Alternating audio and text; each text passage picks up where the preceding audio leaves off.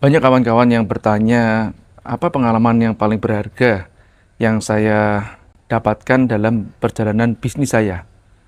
Saya akan menjawab kepada Anda, mungkin tapi Anda akan menyangkal. Jawabannya adalah pada saat saya bangkrut. Itulah paling berharga. Karena biasanya teman-teman menanyakannya, wah yang pas berjaya-jayanya begitu kan? Atau pencapaian terbesar. Termasuk pencapaian terbesar saya, itu ya bangkrut itu teman-teman. Kenapa saya mengatakan seperti itu? Nah, ini adalah ceritanya.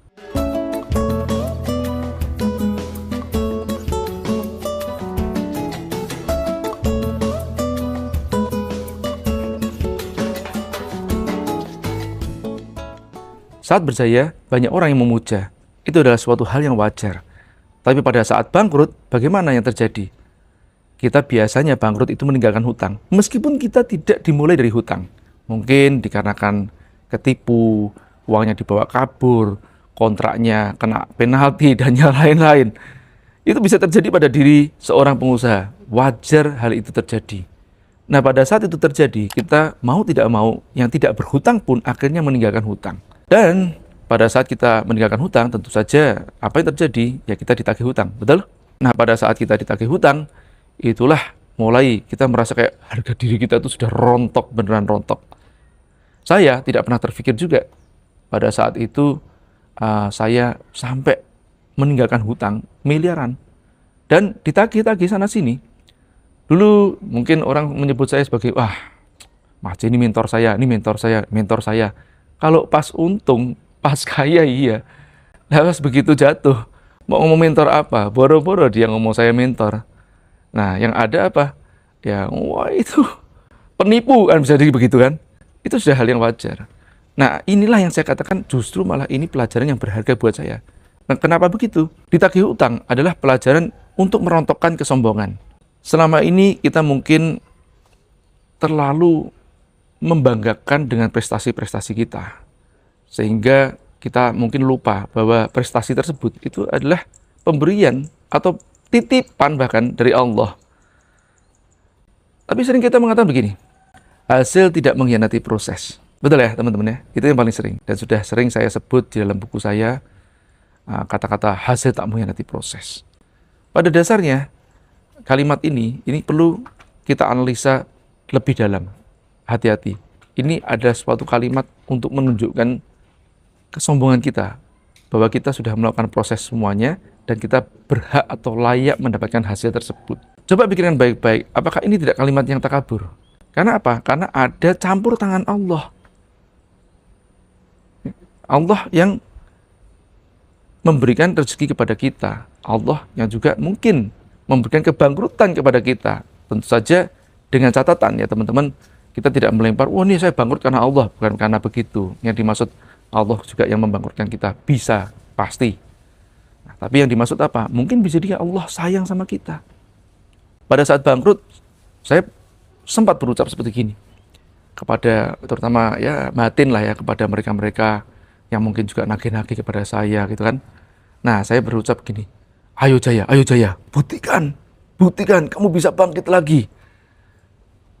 Tapi apa yang terjadi? Saya tambah bangkrut. Dan Anda harus tahu bahwa kata-kata itu bukan kata-kata yang baik juga. Karena ini masih menghamba kepada selain Allah. Artinya apa? Kita ini ada namanya hamba algoritma. Nah ini hamba pujian. Pujian manusia. Kenapa? Karena mau buktikan kepada orang lain. Dan buat apa? Kita ini sebetulnya berbisnis itu untuk membuktikan kepada orang lain atau untuk diri kita sendiri atau mungkin juga lebih bagus untuk ibadah. Yang mana nih? Nah, hati-hati loh ya. Allah itu juga punya sifat kecemburuan kepada makhluknya. Maksudnya apa? Ya kan kita ini kan diciptakan untuk beribadah dan mengabdi kepada Allah. Tapi kok kita malah menghamba kepada selain Allah? Tentu aja Allah cemburu. Kalau sayang sama kita. Kalau nggak sayang, ya nggak cemburu, ya didiemin aja gitu. Mau tambah sombong ya biarin aja. Jadi pada dasarnya Allah itu cemburu kepada kita pada saat kita masih menghamba kepada selain Allah. Termasuk pujian-pujian manusia tadi itu. Ya tadi itu misalkan ingin membuktikan kalau kita bisa bangkit. Saat berserah diri kepada Allah dan memasrahkan apa yang terjadi atas kehendak Allah, itu sebenarnya rasanya nikmat banget. Kenapa? Karena akhirnya kita sudahlah ya Allah, ah, terserah engkau. Tapi bukan berarti kita tidak berusaha ya. Maksudnya terserah engkau nih, udahlah aku pasrahkan diriku padamu, apapun keputusanmu, aku yakin ini adalah manifestasi rasa cintamu kepadaku. Itu yang paling penting. Kenapa? Karena ya kan di dunia ini kan cuma sementara. Bisa jadi mungkin kita diselamatkan supaya kita bisa masuk ke dalam akhirat atau husnul khotimah. Bukankah itu adalah ultimate goal kita? Katanya sih begitu ya. Tapi kalau lagi miskin aja mungkin begitu ya. Tapi tentu saja yang namanya hutang ya tetap harus dibayar. Tapi saran saya nih teman-teman, ini tips saya, jangan berjanji jika Anda tidak bisa menepati. Karena seringkali pada saat kita bangkrut, kita kan kapasitas itu kan jadi nol kan teman-teman. Terus kan kita ditanyain, berapa komitmenmu? Lah, terus kita bingung juga tuh kan. Saya pernah seperti itu juga. Saya mengatakan, wah lah, saya ini bingung Pak kalau tanya berapa komitmen saya, mau saya lagi bangkrut. Karena penghasilan saya jadi nol kan begitu kan. Nah, jadi saya lebih memilih, Pak saya tidak berani berjanji, ya, tapi saya komitmen saya ngelunasin hutang saya gitu kan. Nah tadi nyicilnya berapa per bulan? Kalau belum bisa, ya tentu aja jangan berjanji. Kalau belum tahu pastinya berapa, ya juga jangan berjanji juga. Itu lebih baik. Kenapa? Karena begitu kita berjanji, terus kita nggak menepati, tentu aja kita mengecewakan orang kan. Ya, lebih baik ya saya mengecewakan karena mungkin saya belum ada kejelasan gitu kan, daripada saya memberikan suatu kejelasan yang saya nanti tidak bisa tepati hal itu. Kemudian saat kita mungkin mulai menyicil utang-utang kita, mulai berpenghasilan lebih, ada makna yang positif juga. Kenapa? Kita punya penghasilan lebih, kita kerja keras kan. Di tiap bulannya punya penghasilan untuk yang lebih untuk nyicil hutang, kerugian kita. Itu sebenarnya mengalahkan ego untuk tidak bermewah. Betul nggak teman-teman? Kan selama ini kalau kita punya duit mungkin kita langsung, wah udah mau beli ini, beli itu, mobil ganti, ada aja yang mau kita pamerin lah. Nah, jadi pada saat kita bangkrut, kita adanya cuman bulanan nyicil utang, bulanan nyicil utang, bulanan nyicil utang. Dan ini mengecilkan angka cukup kita. Dipaksa untuk mengecilkan angka cukup kita. Nah, sembari melihat uang mengalir lewat tangan kita nih. Betul kan? Nah, pada saat itu uang jadi baik bulanan ataupun juga pada saat dapat penghasilan mungkin harian mengalir dari tangan kita. Nah, kemudian disalurkan ke tempat mereka-mereka yang kita mungkin tinggalin hutang kan begitu. Supplier kah, siapakah.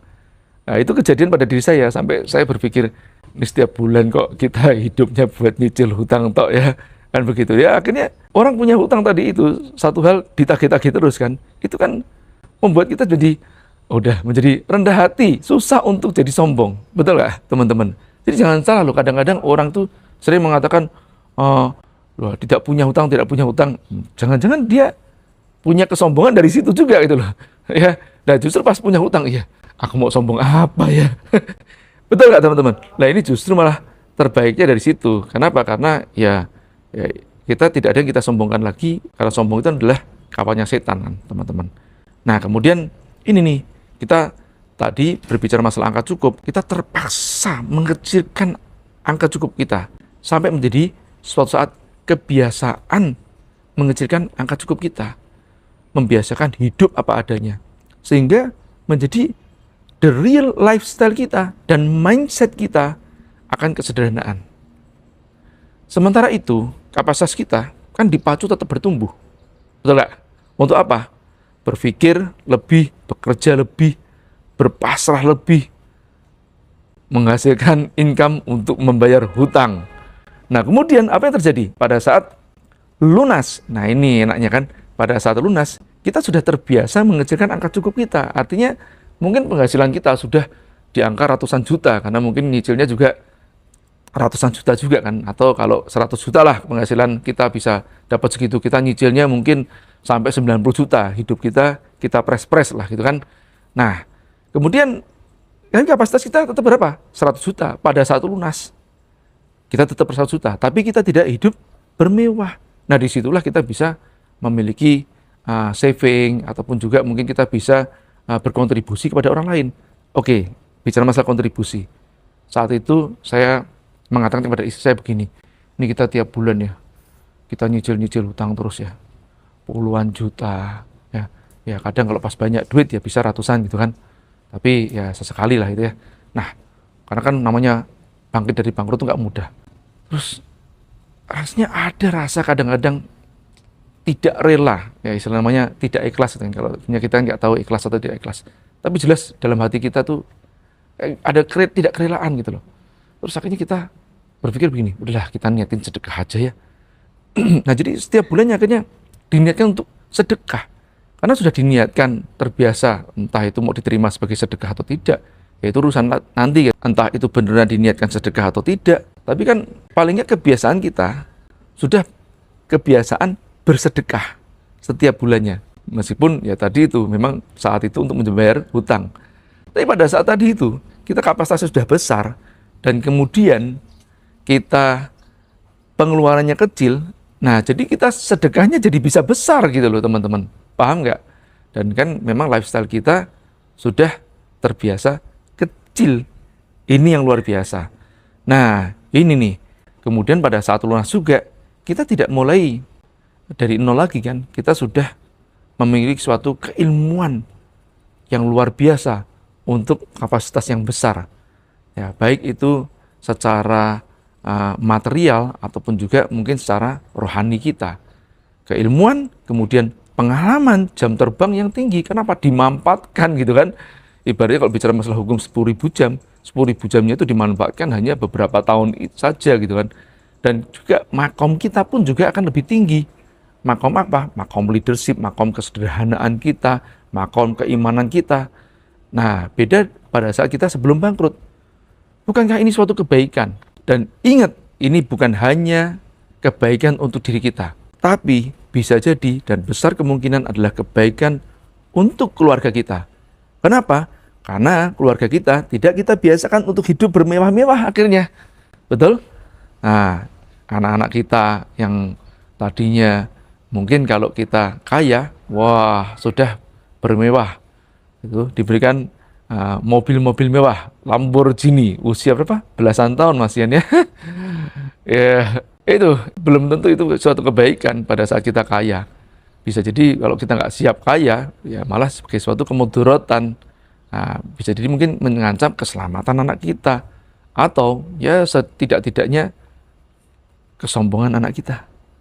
Dan bisa juga mungkin dalam generasi kedua itu sudah sangat cepat siklus keperadabannya, dia yang akan menghancurkan kita, betul? Atau menghancurkan bisnis kita.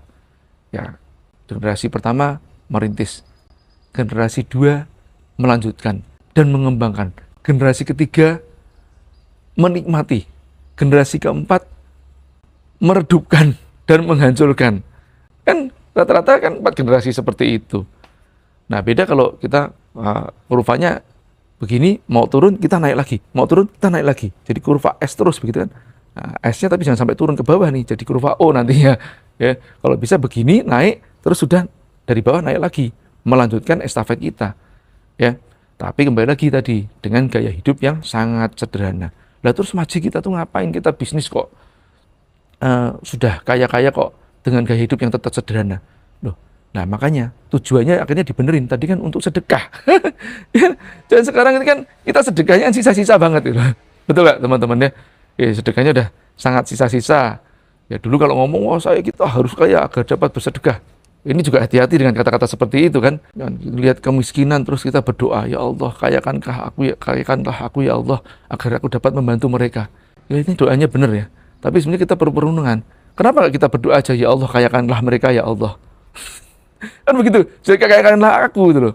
Kan seolah kayak kita ingin tangan di atas begitu ya. Baiknya yang mereka saja yang tidak tangannya di bawah. Benar atau betul? Ya tapi susah ya kita berdoa seperti gitu ya. Itu sudah kayak alami aja. Ya nggak salah. Ya. Cuman ya kalau bisa ya kita ayo mendoakan kawan-kawan kita yang mungkin belum sejahtera. Nah, mari kita mendoakan saja kawan-kawan kita yang mungkin masih kekurangan. Semoga mereka dicukupkan, dilebihkan untuk beribadah. Begitu ya doanya harusnya. Baik teman-teman, sebagai penutup, bukankah semua itu, apa yang terjadi pada diri kita, itulah kebaikan bagi kita. Itu adalah manifestasi rasa sayang Allah kepada kita? Bukankah kita sedang diselamatkan dari kesombongan dan penghambaan selain Allah, serta gaya hidup yang hedon? Jadi bagaimana teman-teman menurut Anda? Anda masih kepengen kaya atau kepengen bangkrut? Biasanya sih masih memilih tetap kaya. Itu manusiawi.